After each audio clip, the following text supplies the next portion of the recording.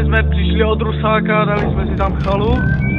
Atrej vymyslel ze slova jazzman, že je nadávka. Jdeme do Treskal, z nějakého klubu a jsme jemně na sračky.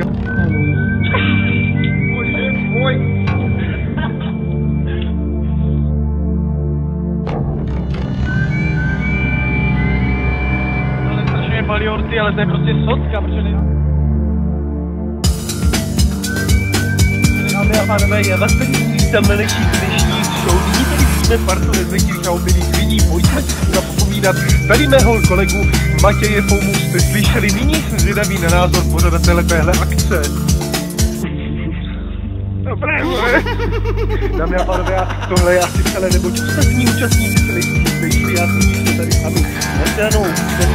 A ještě, je účastník ze Slovenska a druhý člověk je prostě Kamil, vole, který nic nechlastá. Kamile, pojď sem a řekni něco inteligentního do kamery, vole. Jsme ve městě na České a jdeme na Treskal. Pan Andrej se velice v piči. A já si myslím, že tento večer bude velice skvělý. Tak já piči, kokoté, vole. Piči co, to mi můj pánec, vole.